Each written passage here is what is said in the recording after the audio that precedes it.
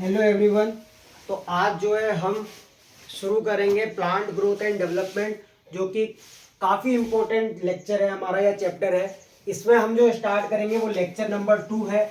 यानी आज जो हम प्लांट ग्रोथ एंड डेवलपमेंट की बात करेंगे तो हमने जो है पहले लेक्चर में जो पढ़ा उसको आप जो है रिवाइज करके आए होंगे। आज जो है हमारा L2 है, बोले तो लेक्चर नंबर 2 है। आप सभी को मेरा नाम पता होगा, सूरज सर नाम है मेरा। मैं बहुत जल्दी जो है अपनी एक बैच की टी शर्ट भी लॉन्च करूंगा। यानी मैं अपना नेम चेंज करके उसमें अपने चैनल का नाम सूरज सर से चेंज करके BW बनाऊंगा, यानी कि बायो वाला। यानी कि BW आपका चैनल का नेम होगा, यानी बायो वाला नाम होगा। तो आज हम बात कर लेते हैं मेरिस्टेम के बारे में, क्योंकि मैंने आपको बताया था कि नेक्स्ट लेक्चर में जब हम मिलेंगे तो हम जो है मेरिस्टेम के ऊपर पढ़ेंगे। यानी कि व्हाट इज मेरिस्टेम, यानी मेरिस्टेम होता क्या है उसके बारे में समझेंगे। तो मैंने आपके सामने 2 डायग्राम बनाए।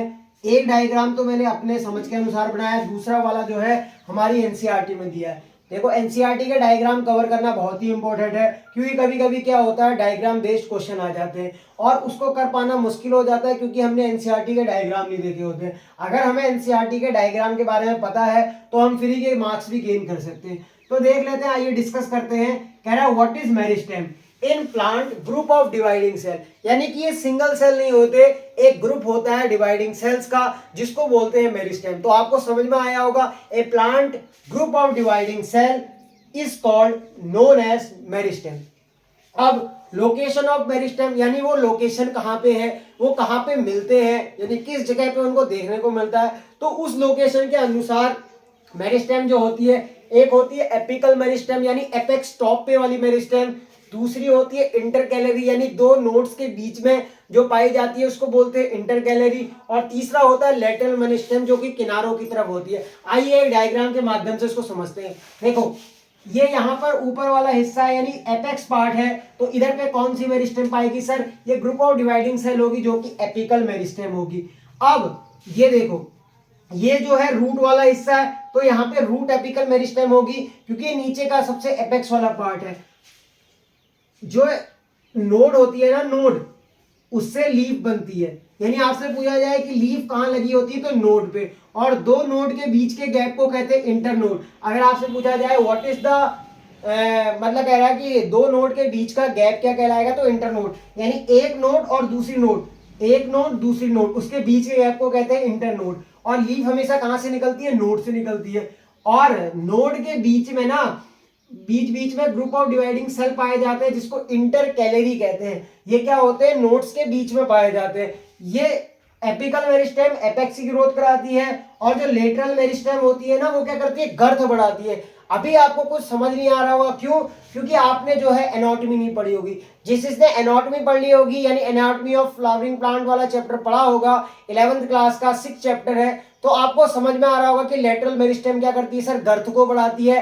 एपिकल मेरिस्टेम सर एपेक्स की ग्रोथ करती है। इंटरकैलरी बीच की नोड की ग्रोथ करती है। तो ये आपको समझ में आ जाएगा, पर अभी आपको याद रख लेना है, क्योंकि जब आप एनाटॉमी पढ़ेंगे या मेरे से जब आप एनाटॉमी पढ़ेंगे तो मैं आपको जो है उसकी एक एक चीज के बारे में एक्सप्लेन करूंगा कि इंटरकैलरी मेरिस्टेम क्या होती है, एपिकल मेरिस्टेम क्या होती है, लेटरल मेरिस्टेम क्या होती है, नोड क्या होता है, इंटरनोड क्या होता है। पर अभी आपको जो है याद रख लेना है, क्योंकि देखो क्या होता है कि आप परफेक्ट हो ही नहीं सकते। सारे चैप्टर आपको जो है कहीं ना कहीं रिलेट करते हुए मिलते हैं। तो ऐसा आप क्या करें, जहां पे आपको समझ नहीं आता तो उसे आप उस समय के लिए तो याद कर लें, पर जो मैं बोलता हूं कि वो जिस चैप्टर में मिलेगा उस चैप्टर में आप जब जाएं तो एनाटॉमी शुरू होगी तो आपके दिमाग में होना चाहिए कि सर ने बोला था एपिकल मेरिस्टेम वो एपेक्स की ग्रोथ कराती है। तो एपिकल मेरिस्टेम किस तरह से यूज होती है, कैसे बनती है, तो हम कहां सीखेंगे सर, एनाटॉमी में सीखेंगे। तो आपके दिमाग में उस टाइम ये बात आनी चाहिए कि हाँ एपिकल मेरिस्टेम सर ने एनाटॉमी में बोला था, तो एनाटॉमी में पढ़ेंगे। इंटरकैलरी मेरिस्टेम एनाटॉमी में पढ़ेंगे। इंटरनोड के बारे में, नोड के बारे में कहां पढ़ेंगे सर, फ्लावरिंग प्लांट मॉर्फोलॉजी में। तो नोड इंटरनोड के बारे में वहां पढ़ेंगे, और लेटरल मेरिस्टेम के बारे में कहां पढ़ेंगे सर, एनाटॉमी में पढ़ेंगे। तो अभी आपको पूछा जाए कि लोकेशन ऑफ मेरिस्टेम क्या होती है, तो लोकेशन ऑफ मेरिस्टेम होती है, एक तो एपिकल होती है, दूसरी इंटरकैलरी होती है, और तीसरी क्या होती है, लेटरल होती है। अब टाइप ऑफ ग्रोथ की बात कर लेते हैं इन प्लांट में। मैंने अभी बताया था length of plant axis increase करेगी तो वो किसके होगी, बाय एपिकल मेरिस्टेम। और गर्थ यानी चौड़ाई, अगर किसी की गर्थ बढ़ रही है यानी अगर कोई इंसान मोटा हो रहा है, पर इंसान से नहीं लेना है, प्लांट में लेना है, अगर प्लांट की गर्थ इंक्रीज हो रही है यानी उसकी चौड़ाई बढ़ रही है तो वो करेगी सर लेटरल मेरिस्टेम। ठीक हो गया। अब फीचर ऑफ प्लांट ग्रोथ पढ़ लेते हैं, यानी प्लांट की ग्रोथ के क्या फीचर है। उससे पहले मैंने आपको एक डायग्राम दिखाया है जो कि एनसीईआरटी का डायग्राम है। ये डायग्राम देखो मैंने बनाने की कोशिश की है, बहुत ही अच्छा बनाया है, तो आप इसके बारे में बता सकते हैं। ये डायग्राम आपको रिप्रेजेंट क्या कर रहा है, देखो एनसीईआरटी की लाइन लिखी है मैंने, फिगर बोल रहा है diagrammatic representation of location of root apical meristem. यानी मैंने अभी बताया था कि अगर रूट का जो एपेक्स वाला पार्ट है यानी सबसे नीचे वाला पार्ट वो उसका टिप पार्ट होगा तो उसको बोलेंगे रूट एपिकल मेरिस्टेम। और आपको क्या दिखाया है, शूट एपिकल मेरिस्टेम के बारे में भी दिखाया है। और क्या दिखाया है, वास्कुलर कैम्बियम, देखो ये कैम्बियम जा रही है इसको बोला है वास्कुलर कैम्बियम। और कह रहा है जो एरो क्या दिखा रहे हैं ना, ये एरो जो ऐसे दिख रहे हैं ये एग्जिबिट कर रहे हैं डायरेक्शन ऑफ किसकी सर, ग्रोथ की और ऑर्गन्स की। यानी जो ये एरो दिखा रहे हैं आपको इस तरह से जाते हुए, ये क्या बता रहे हैं सर, ये डायरेक्शन बता रहे हैं ग्रोथ की और ऑर्गन्स की, यानी ऑर्गन किस तरह ग्रोथ कर रहे हैं। अगर वो इस तरफ को जा रहे हैं तो उसकी गर्थ इंक्रीज हो रही है यानी उनकी चौड़ाई इंक्रीज हो रही है। तो आपको ये डायग्राम क्या बताता है सर, डायग्राम रिप्रेजेंट कह रहा है कि location of root apical meristem, shoot apical meristem and vascular cambium exhibit the direction of cell and organelles. ठीक हो गया, तो ये आपको समझ में आ गया वो डायग्राम।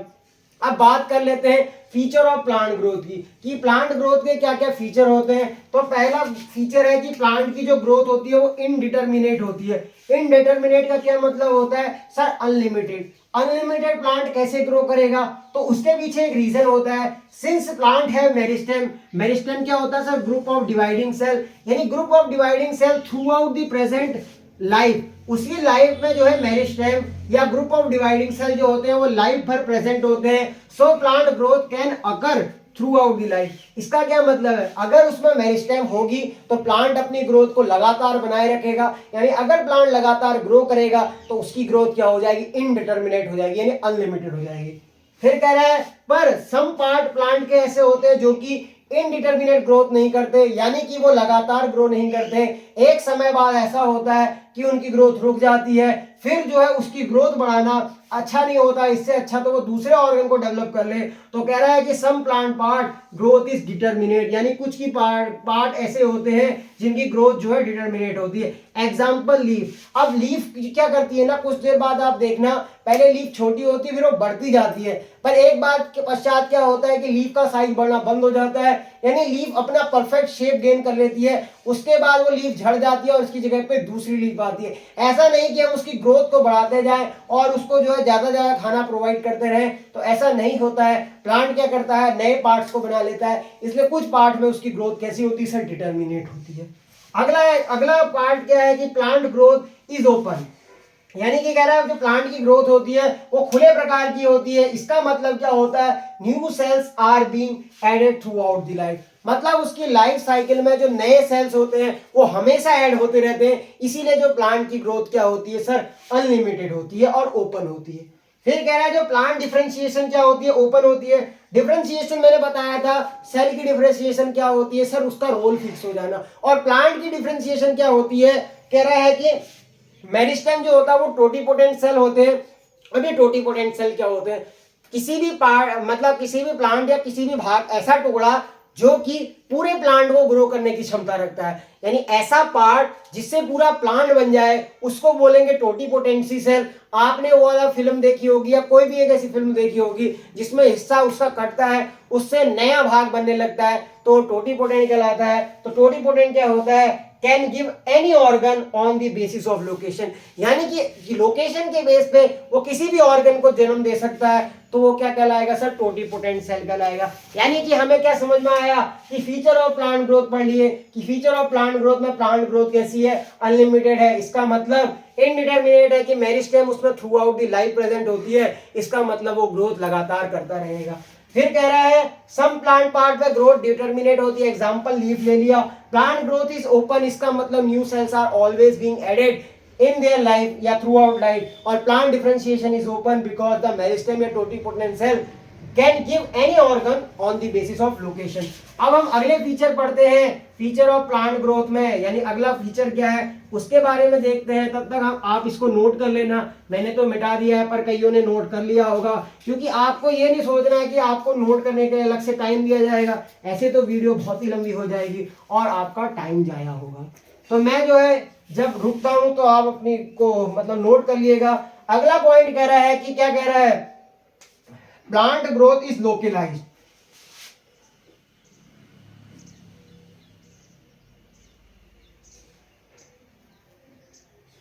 कह रहा है प्लांट ग्रोथ इज लोकलाइज्ड। इसका मतलब क्या है, पहले तो हमने पढ़ा था कि प्लांट ग्रोथ इनडिटर्मिनेट है, यानी प्लांट ग्रोथ जो है लगातार होती है, पर प्लांट ग्रोथ लोकलाइज्ड का क्या मतलब है कि plant growth occur at fix location. Plant growth occur at fix location, यानी कि वो सभी लोकेशन पे ग्रोथ नहीं करती, एक फिक्स लोकेशन होती है जहां पे प्लांट की ग्रोथ होती है। लाइक वेयर मेरिस्टेम प्रेजेंट, क्योंकि ग्रोथ तो उन्हीं पार्ट में होगी जहां पे मेरिस्टेम प्रेजेंट होगी। मेरिस्टेम क्या होता है sir, group of dividing cell, जो कि क्या कहते हैं डिवाइड करते रहते हैं और प्लांट की ग्रोथ को इंक्रीज करते हैं। इसीलिए प्लांट की ग्रोथ क्या थी, इनडिटर्मिनेट थी, यानी जहां पे मेरिस्टेम प्रेजेंट होती है प्लांट वहां पे लगातार ग्रो करता है, पर ऐसा नहीं कि वो जो है सभी लोकेशन पे ग्रो करेगा। इसीलिए प्लांट की जो होती है ग्रोथ वो कैसी होती है, लोकलाइज्ड होती है, कि प्लांट ग्रोथ अगर at fix location like where meristem. फिर कह रहा है it is not uniform like animals, ये जो है it is not uniform like animal. Animal में क्या होता है ना कि ग्रोथ ऐसा नहीं कि क्या कहते हैं जहां पे डिवाइडिंग सेल ही पाए जाते हैं उसी ऑर्गन की होगी, मतलब उसमें सभी जगह पे होता है और उसकी जो ग्रोथ होती है वो यूनिफॉर्म होती है। जैसे कि अगर आपने क्या किया,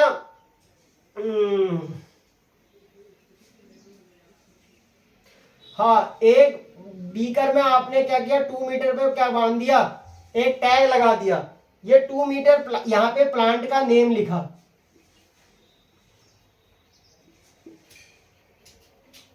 तो बाद में जब इसका लंबाई भी बढ़ जाएगी तो वो नाम कहां पे रहेगा सर, 2 मीटर पे, यानी उसकी ग्रोथ जो होती है वो यूनिफॉर्म नहीं होती। तो आपको प्लांट ग्रोथ के फीचर समझ में आ गए होंगे। पहला फीचर क्या था सर, पहला फीचर ये था कि प्लांट की जो ग्रोथ होती है वो इनडिटर्मिनेट होती है, यानी अनलिमिटेड होती है, पर ऐसा नहीं होता, क्योंकि कुछ ऑर्गन जहां पे प्लांट की ग्रोथ डिटर्मिनेट होती है, जैसा कि एग्जांपल लीफ था। फिर सेकंड पॉइंट क्या था कि प्लांट डिफरेंशिएशन इज ओपन, यानी कि मतलब उसके टोटिपोटेंट सेल के आधार पे कौन सी बेसिस पे उसकी लोकेशन है उसके आधार पर जो है सेल्स बनते हैं। और क्या पढ़ा था, प्लांट डिफरेंशिएशन भी ओपन होती है और प्लांट ग्रोथ भी ओपन होती है, कि ऑलवेज न्यू सेल्स ऐड होते रहते हैं। और क्या पढ़ लिया, प्लांट ग्रोथ इज लोकलाइज्ड। तो अब हम पढ़ते हैं how growth can be measured, तब तक आप इसको नोट करो, फिर हम पढ़ते हैं how growth can be measured, हम ग्रोथ को किस प्रकार से मेजर करेंगे।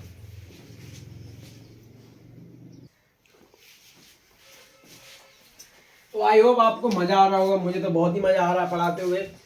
तो ये क्या लिखा है मैंने, अब प्लांट ग्रोथ के फीचर की बात कर ली थी हमने कि प्लांट की ग्रोथ जो होती है उसके फीचर क्या है।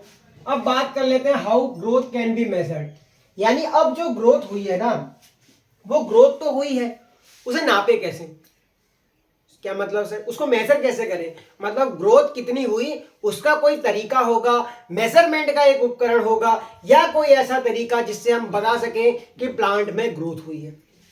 ठीक है, देख लेते हैं कुछ ऐसा होगा तो।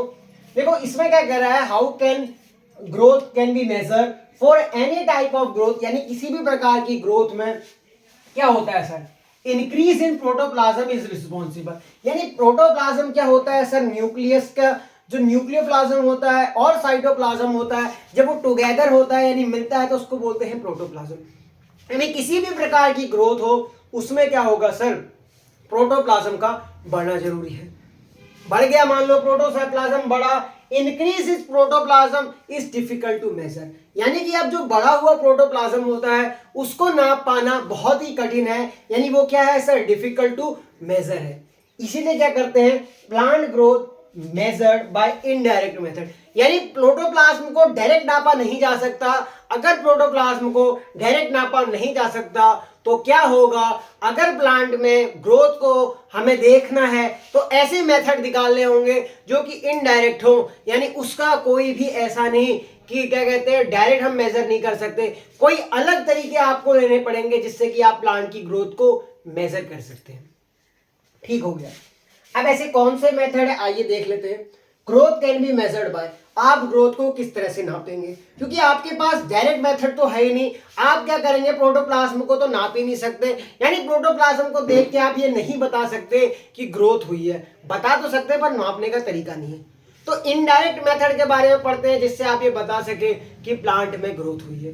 तो जान लेते हैं, कह रहा है growth can be measured bye, पहला पॉइंट है इंक्रीज इन फ्रेश वेट। अब ये फ्रेश वेट का क्या मतलब होता है, मान लो लीफ लगी हुई है, पहले दिन आपने लीफ की हाइट देखी, पहले दिन तो नहीं कुछ दिनों बाद आपने लीफ देखी तो उसका वेट था 10 ग्राम।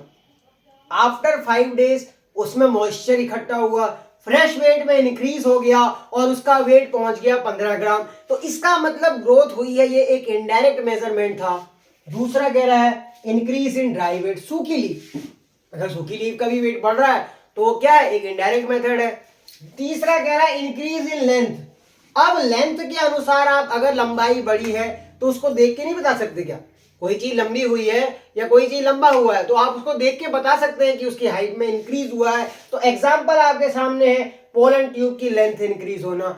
आप जब मॉर्फोलॉजी पढ़ेंगे साथ में मेरे संग क्लास 12 का sexual reproduction in flowering plant पढ़ेंगे तो मैं आपको पोलन ट्यूब की ग्रोथ भी समझाऊंगा, यानी पोलन जर्मिनेशन भी समझाऊंगा और कई चीजें समझाऊंगा। तो वहां पे मैं क्या बताऊंगा, पोलन ट्यूब की लेंथ इंक्रीज होना बताऊंगा।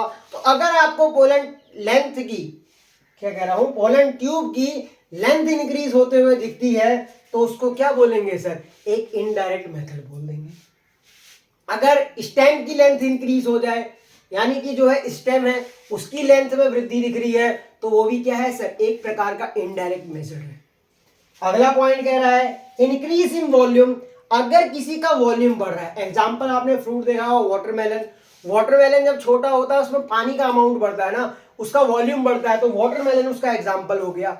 और क्या देख सकते हैं, इंक्रीज इन सरफेस एरिया, पहले लीफ का सरफेस एरिया छोटा था, अब लीफ का सरफेस एरिया बढ़ गया, तो ये ग्रोथ का क्या है सर, इनडायरेक्ट मेजरमेंट है। तो आपको समझ में आया होगा how growth can be measured.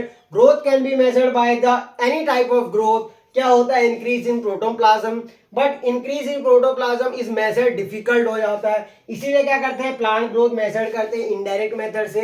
पहला क्या मेथड था, increase in fresh weight, increase in dry weight और increase in length, increase in volume, increase in surface area. आप इसको नोट करो, फिर हम आगे पढ़ते हैं। आपके पास जो है लेक्चर कंटिन्यूटी में आ रहे हैं तो आप इसको नोट कर लो। प्लांट ग्रोथ एंड डेवलपमेंट में ग्रोथ को मेजर करने के लिए एक एपरेटस या उपकरण दिखाया गया है आपको, एक की हेल्प ली जाती है जिसको बोलते हैं ऑक्सेनोमीटर। ये ऑक्सेनोमीटर आपके सिलेबस में तो नहीं दिया है पर आप जो है देख सकते हैं या कहीं लिखा हो तो आप देख लेना, जो कभी कभी पूछ लिया जाता है। ऑक्सेनोमीटर क्या करता है, ये मेजर करता है लेंथ इंक्रीज। प्लांट में अगर लेंथ बढ़ रही है तो वो कितनी बढ़ रही है उसको हेल्प किसकी सहायता से होता है सर, ऑक्सेनोमीटर की सहायता से होता है। इसका डायग्राम ज्यादा समझने की कोई जरूरत नहीं है, बस आपको ये पता होना चाहिए कि हमने क्या करा, एक प्लांट को यहाँ पे ग्रो कराया और उसकी रस्सी की सहायता से उसको बांध दिया और वेट लटका दिया। तो जैसे जैसे प्लांट बड़ा होगा वेट नीचे की ओर आता जाएगा तो इससे क्या होगा सर, लेंथ मेजर हो जाएगी। तो ऑक्सेनोमीटर क्या होता है सर, मेजर करता है लेंथ इंक्रीज को। अगर क्वेश्चन आपके सामने आएगा कि वो कौन सा उपकरण है या कौन सा एपरेटस है जिसकी सहायता से हम लेंथ इंक्रीज को बता सकते हैं तो ऑक्सेनोमीटर आपको ध्यान रखना है, बस यहाँ पे इतना ही। फिर आपके सामने एक मैंने डायग्राम लिखा बनाया, दो डायग्राम बनाया बेसिकली। पहला डायग्राम जो आपके सामने दिख रहा है ये एनसीईआरटी का डायग्राम है। मैं सारे एनसीईआरटी के डायग्राम कवर करता हूँ जितना मेरा पॉसिबल हो जाए, जो मुझसे बन जाते हैं तो मैं पूरे बनाने की कोशिश करता हूँ। वैसे तो कठिन डायग्राम भी बनाने की कोशिश करता हूँ पर सरल डायग्राम था तो मैंने बना दिया। ये क्या कह रहा है, ये फिगर हमको बता रहा है detection of zones of elongation, यानी ये हमें क्या बता रहा है कि zones of elongation by parallel line technique. एक पैरेलल लाइन टेक्निक है कि ये बता रहा है ये वाला हिस्सा इतना बड़ा, ये वाला हिस्सा इतना बड़ा, तो ये क्या है, पैरेलल लाइन टेक्निक्स है। Zones A B C D immediately behind the apex having elongated moves, यानी ए बी सी डी वाला हिस्सा यहाँ का जो था ये ज्यादा ग्रो कर रहा है, तो ये बता रहा है। तो ये डायग्राम किसका है सर, एनसीईआरटी का। तो ये डायग्राम में कुछ था नहीं, आपको अपने डायग्राम को नजर बनाए रखनी है, बस इतना ही। अब फेज ऑफ ग्रोथ पढ़ लेते हैं कि जब ग्रोथ होती है तो उसमें कौन कौन से फेज होते हैं। ठीक है, ग्रोथ जब होती है ना वो एक्चुअली अकर बाय, जो ग्रोथ होती है वो कैसे पता चलेगा कैसे हो रही है, तो ये आपके सामने डायग्राम है सीड का। ये सीड में ये वाला पोर्शन होता है रेडिकल, सबसे नीचे वाले फेज को कहते हैं मेरिस्टेमेटिक फेज, यहाँ पे जो है ग्रुप ऑफ डिवाइडिंग सेल होती है। फिर ऊपर चलेंगे तो आएगा इलोंगेटेड फेज, यानी ये सेल की लेंथ को इंक्रीज करती है, और यहाँ पे सेल क्या होते हैं, परमानेंट होने लग जाते हैं, यानी मैच्योरेशन फेज आ जाता है। तो अगर आपसे पूछा जाए growth is actually occur by, तो growth in cell in cell three type of change during growth। Growth जब प्लांट में होती है ना तो 3 चेंजेस आते हैं सेल में, यानी जो सेल में 3 चेंजेस आए उससे आप बता सकते हैं ग्रोथ हो रही है। पहला तो होता है सर सेल का डिवीजन होता है, यानी मेरिस्टेमेटिक फेज में क्या होगा सर, सेल डिवाइड करेंगे और सेल डिवाइड करके नई नई सेल का फॉर्मेशन करेंगे। जब नई सेल बन जाएगी तो वो आगे की तरफ चलेगी, और जब वो सेल में ग्रोथ होगी तो इलोंगेटेड फेज आएगा, यानी यहाँ पे क्या होगा, सेल अपनी लेंथ में इंक्रीज करेंगे।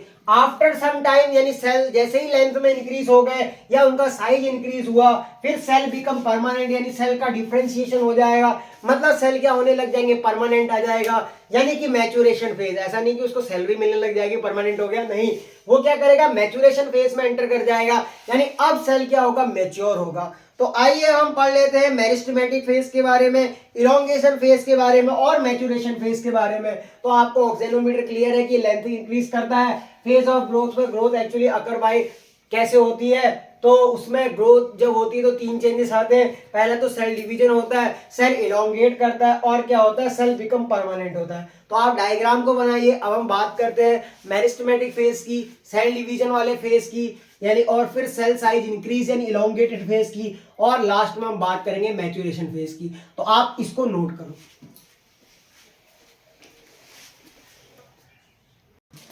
तो अब बात कर लेते हैं हम कि सेल जब ग्रोथ कर रही है तो हमने उसके 3 फेज देखे थे, मेरिस्टेमेटिक फेज देखा था, इलोंगेशन फेज देखा था, और कौन सा फेज देखा था, मैच्योरेशन फेज देखा था। तो अब हम बात कर लेते हैं मेरिस्टेमेटिक फेज की। तो आखिरकार ये मेरिस्टेमेटिक फेज क्या होता है, तो मेरिस्टेमेटिक फेज की बात करते हैं। तो मेरिस्टेमेटिक फेज में क्या होता है उसके पॉइंट नोट करो। पहला पॉइंट कह रहा है a cell of in this phase are small, यानी इस फेज के जो सेल होते हैं वो क्या होते हैं, बहुत ही छोटे होते हैं। मैंने थोड़े से बड़े दिखा दिए ताकि आपको डायग्राम समझ में आ सके, परंतु आपको क्या याद रखना है, cell of in this phase are very small.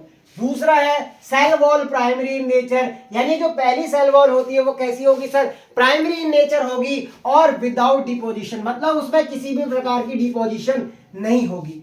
Nucleus large होगा, यानी सेल का साइज छोटा है तो उसमें क्या होगा सर, न्यूक्लियस बड़ा होगा। न्यूक्लियस का साइज लार्ज होगा इसलिए मैंने न्यूक्लियस आपको बड़ा दिखाया है। और मल्टीपल प्लाज्मोडेस्मेटल कनेक्शन होंगे, यानी सेल जो आपस में जुड़ा रहेगा वो किससे जुड़ा रहेगा सर, प्लाज्मोडेस्मेटल हेल्प से, यानी जो प्लाज्मोडेस्मेटल कनेक्शन होंगे उसके द्वारा एक सेल दूसरे सेल से जुड़ा रहेगा, इसीलिए इसमें कैसे होंगे, मल्टीपल प्लाज्मोडेस्मेटल कनेक्शन होंगे। तो आपको समझ में आ गया नहीं आया, क्या समझ में आया कि ये जो सेल आपस में जुड़े हैं ये किसकी हेल्प से जुड़े हैं, प्लाज्मोडेस्मेटल की हेल्प से। साइटोप्लाज्म कैसा होगा सर, साइटोप्लाज्म भी डेंस होगा, यानी जो साइटोप्लाज्म होगा वो बहुत ही घना होगा, पास पास होगा, इसीलिए साइटोप्लाज्म कैसा होगा, डेंस होगा। तभी आप पढ़ते हैं जब सेल अपना लेंथ इंक्रीज करता है तो न्यूक्लियस का साइज तो उतना ही रहता है, तो न्यूक्लियस जो पहले साइज में था अगर वो उतना ही रहेगा तो न्यूक्लियस का साइज कैसा हो जाएगा सर, छोटा हो जाएगा। और साइटोप्लाज्म जो कि डेंस था वो बढ़ जाता है तो साइटोप्लाज्म क्या हो जाएगा, दूर दूर हो जाएगा, तो न्यूक्लियस अपॉन साइटोप्लाज्मिक रेशियो बिगड़ जाएगा, इसीलिए सेल को क्या होता है, डिवाइड करना पड़ता है। तो आपको पता चला मेरिस्टेमेटिक फेज में क्या क्या पता चला, cell wall in this phase are small, जो सेल्स होते हैं इस फेज में बहुत छोटे होते हैं। सेल वॉल जो होती है वो प्राइमरी इन नेचर होती है, यानी विदाउट डिपोजिशन होती है उसमें। न्यूक्लियस कैसा होता है, तो न्यूक्लियस आपके सामने है, लार्ज होता है और सेल आपस में जुड़े होते हैं प्लाज्मोडेस्मेटल कनेक्शन के द्वारा। इसीलिए इसमें प्लाज्मोडेस्मेटल कनेक्शन कैसे होते हैं, मल्टीपल होते हैं, यानी एक से ज्यादा मल्टीपल प्लाज्मोडेस्मेटल कनेक्शन इसमें एग्जिबिट करते हैं। फिर क्या होता है, इसका साइटोप्लाज्म बहुत पास होता है, यानी सेल छोटे हैं तो उसका साइज छोटा है, तो उसमें साइटोप्लाज्म क्या होगा, सरपास होगा, इसीलिए उसका डेंस यानी घना होगा साइटोप्लाज्म। स्मॉल साइज सेल होंगे और वैक्यूल एब्सेंट होगा, यानी उसमें अभी वैक्यूल का फॉर्मेशन नहीं हुआ होगा।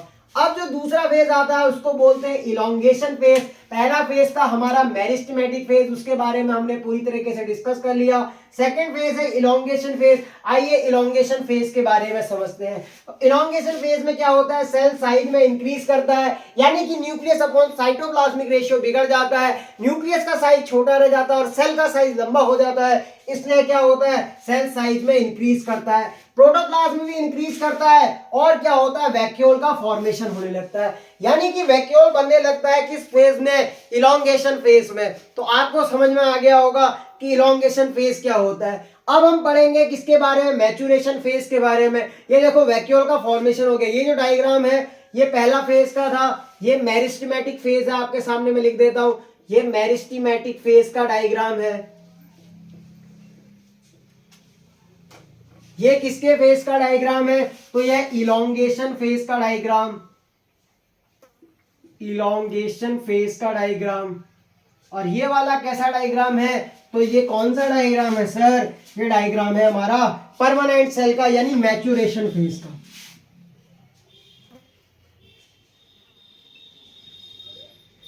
तो आइए अब हम जो है मैच्योरेशन फेज को समझ लेते हैं। उससे पहले आप ये वाले डायग्राम्स को नोट करो, मेरिस्टेमेटिक फेज के बारे में लिखो, इलोंगेशन फेज को लिखो, फिर हम पढ़ेंगे मैच्योरेशन फेज के बारे में और फिर देखते हैं आगे।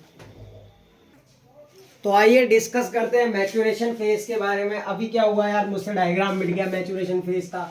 आपको लगता होगा कि यार 30 मिनट के लेक्चर में क्या होगा, 30 मिनट के लेक्चर में पूरे 1.5-2 घंटे की मेहनत हो जाती है, क्योंकि उसमें क्या होता है, कई सारे डायग्राम हमें बोर्ड पे बनाने पड़ते हैं, मल्टीपल टाइम्स मिटाना पड़ता है और जो है उसको समझाना पड़ता है, तो वो वीडियो बहुत लंबी हो जाती है। पर आपके सामने आधे घंटे में कंसाइज करके उसको प्रस्तुत किया जाता है, जिससे आपको लगे कि लेक्चर छोटा है पर उसमें कंटेंट बहुत ज्यादा होता है। आइए बात कर लेते हैं मैच्योरेशन फेज की। तो मैच्योरेशन फेज में क्या होता है, साइज ऑफ सेल क्या होता है, फिक्स हो जाता है। अगले पॉइंट लिखो कि डिपोजिशन क्या होता है sir, deposition in cell wall occur complete, यानी पूरी तरीके से अब क्या हो जाएगा, डिपोजिशन हो जाएगा। तो लिखो deposition in cell wall occur,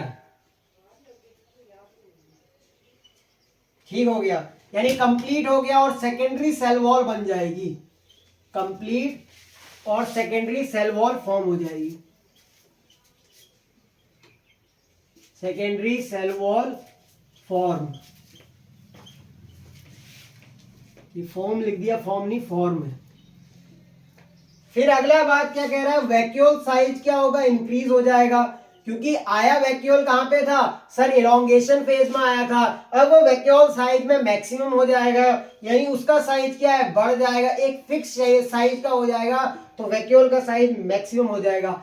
cell become क्या हो जाएगा, सेल रोल उसका फिक्स हो जाएगा, यानी अब वो किस फेज में एंटर कर चुका है, तो उसके बेस पे वो बता देगा कि सेल का जो रोल है वो बिकम फिक्स हो गया और सेल क्या हो जाएगा, बिकम परमानेंट, यानी उसकी क्या हो जाएगी, डिफरेंशिएशन हो जाएगी। तो आपको यहां तक समझ में आया होगा कि सेल बिकम परमानेंट।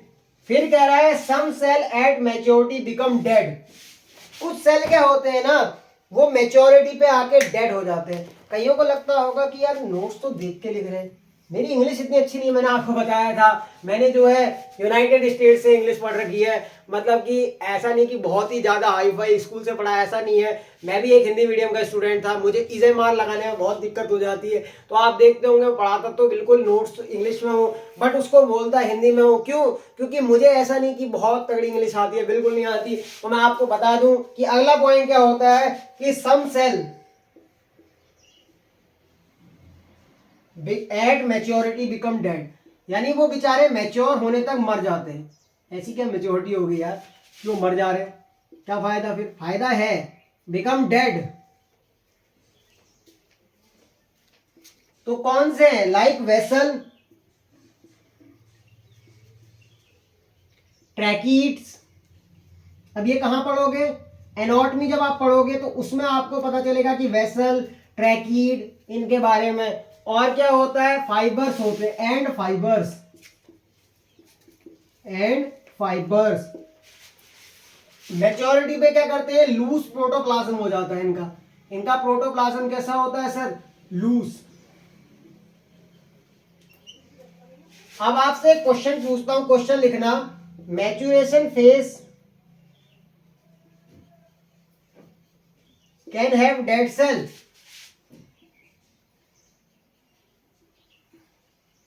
आंसर है यस या नो?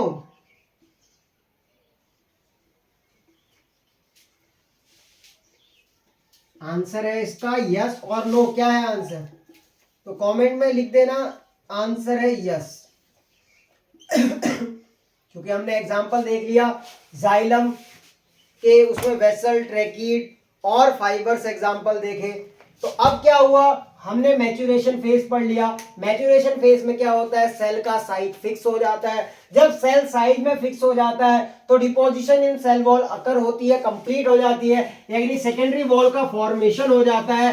वैक्यूल जो कि इलोंगेशन फेज में बना था, और मेरिस्टेमेटिक फेज में वैक्यूल होता ही नहीं है। जब इलोंगेशन फेज में वैक्यूल आया तो वैक्यूल अपना साइज को कहां पूरी तरीके से मैक्सिमम कर लेता है? सर मैच्योरेशन फेज में मैक्सिमम कर लेता है। सेल का रोल बिकम फिक्स हो जाता है, यानी परमानेंट हो जाता है सेल। तो वो पॉइंट आपके सामने है। सम सेल मैच्योरिटी पे क्या हो जाते हैं? बिकम डेड हो जाते हैं, like vessel, tracheids and fibre, वो भी आपके सामने है। Maturation phase can have dead cell, yes, answer है इसका यस।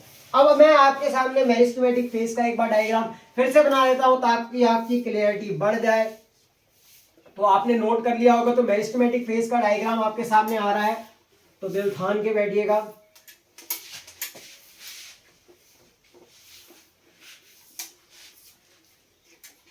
तो वो डायग्राम कुछ इस तरह से, तो बना लेते हैं डायग्राम। आप भी अपनी कॉपी में बनाइएगा, मैंने भी अपनी कॉपी में बनाया है, जो कि आपके सामने इस तरह से दिख रहा है। तो डायग्राम बनाइएगा कैसे? देखो, ये हो गया सेल। सेल का न्यूक्लियस अपॉन साइटोप्लाज्मिक रेशियो बिगड़ जाएगा, क्योंकि सेल का न्यूक्लियस तो बहुत छोटा हो जाएगा, और इसमें क्या होगा? प्राइमरी सेल वॉल की जगह सेकेंडरी सेल वॉल आ जाएगी, जो कि किसके आएगी? By the help of deposition. मैं डायग्राम को थोड़ा तेज बनाने की कोशिश करूंगा, क्योंकि अब वीडियो लंबी होती जा रही है।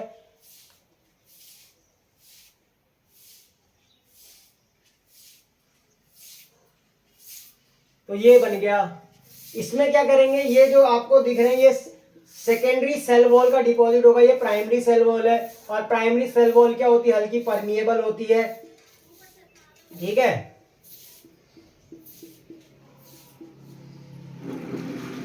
और ये क्या होते हैं? सेल्यूलोज के फाइबर्स होते हैं, सेल्यूलोज फाइबर्स होते हैं। इसके अंदर आपको ये वैक्यूल दिखा रहा है। वैक्यूल अपने साइज में जो है बढ़ चुका है, यानी वैक्यूल का साइज जो है एक हिसाब से बढ़ गया है। और यहाँ पे क्या हो गई? सेकेंडरी वॉल का फॉर्मेशन हो गया, सेकेंडरी वॉल। तो और यहाँ पे क्या होगा? डिपोजिशन स्टार्ट हो जाएगी। तो जैसे जैसे डिपोजिशन स्टार्ट होगी तो यहाँ पे सेकेंडरी वॉल बननी शुरू हो जाएगी, और जो सेल वॉल पहले परमिएबल थी अब वो धीरे धीरे बंद हो जाएगी, क्योंकि इसमें लिग्निन वगैरह भी इकट्ठा हो जाता है, जो कि डेड करने का काम करता है। तो यहाँ पे क्या हो गया sir? Deposition occur when secondary wall form, तो क्या हो गया? डिपोजिशन चालू हो गया और सेकेंडरी वॉल फॉर्म हो गई। अब जो मैं आपके सामने दिखा रहा हूं, यहां से क्या होगा? वाटर का एंटर होगा, यानी इस जगह से क्या हो रहा है? पानी भर रहा है। तो सेल जो है अपना साइटोप्लाज्म बढ़ा रहा है, और उसके जो चारों तरफ मेम्ब्रेन होती है, वो कौन सी मेम्ब्रेन होती है? प्लाज्मा मेम्ब्रेन होती है। तो आपको मेरिस्टेमेटिक फेज के सारे पॉइंट पता चल गए कि इस वैक्यूल का साइज बड़ा हो गया, और इसमें जो सेल्यूलोज के माइक्रोफाइबर होते हैं, यानी प्राइमरी सेल वॉल होती है, उसमें डिपोजिशन से सेकेंडरी सेल वॉल आ जाती है। वाटर एंटर करता है, वैक्यूल मैक्सिमम साइज में होता है, न्यूक्लियस अपॉन साइटोप्लाज्मिक रेशियो बढ़ जाता है, सेल परमानेंट हो जाते हैं और डेड भी हो जाते हैं। इसीलिए जो है कौन से फेज में आपको डेड सेल देखने को मिलते हैं, तो मैच्योरेशन फेज में आपको डेड सेल देखने को मिल सकते हैं। मेरा मन तो था कि मैं आज आपको ग्रोथ रेट भी पढ़ा दूं। ग्रोथ रेट में क्या पढ़ाना रह गया था, ग्रोथ रेट में हमें ये पढ़ना रह गया था कि अर्थमेटिक ग्रोथ, ज्योमेट्रिक ग्रोथ, जिसके ऊपर आपके सामने डायग्राम भी है जो कि नेक्स्ट लेक्चर में आएगा, क्योंकि लेक्चर आधे घंटे का हो चुका है और आधा घंटा मतलब मेरे को रिकॉर्ड करते हुए लगभग 1 से 1.5 घंटा हो गया है। तो पढ़ाने को तो मैं पढ़ा सकता हूं, पर ऐसा है कि अभी आपके सामने बड़े लेक्चर नहीं डालने हैं, क्योंकि छोटे छोटे लेक्चरों से आपको अपना सिलेबस कंप्लीट करना है। अगर अभी आपको आदत हुई होगी, शुरू में मैंने देखा होगा आपने कि मैं 20 मिनट या 22 मिनट के लेक्चर डाल रहा था, पर अब मेरे लेक्चर 30 से 32 मिनट के बीच में आ रहे हैं, तो धीरे धीरे वो 1 घंटा भी होगा, यानी 1 घंटा बनाने में कम से कम 2-2.5 घंटा जाएगा। तो आप जो है इसी तरीके से सपोर्ट करते रहिए, लाइक बढ़ाइए, व्यूज बढ़ाइए, कमेंट करिए, शेयर भी कीजिए ज़्यादा से ज़्यादा, ताकि हर बच्चे तक ये शिक्षा पहुंच सके। थैंक यू, बाय बाय, पढ़ाई करते रहे, ऑल द वेरी बेस्ट।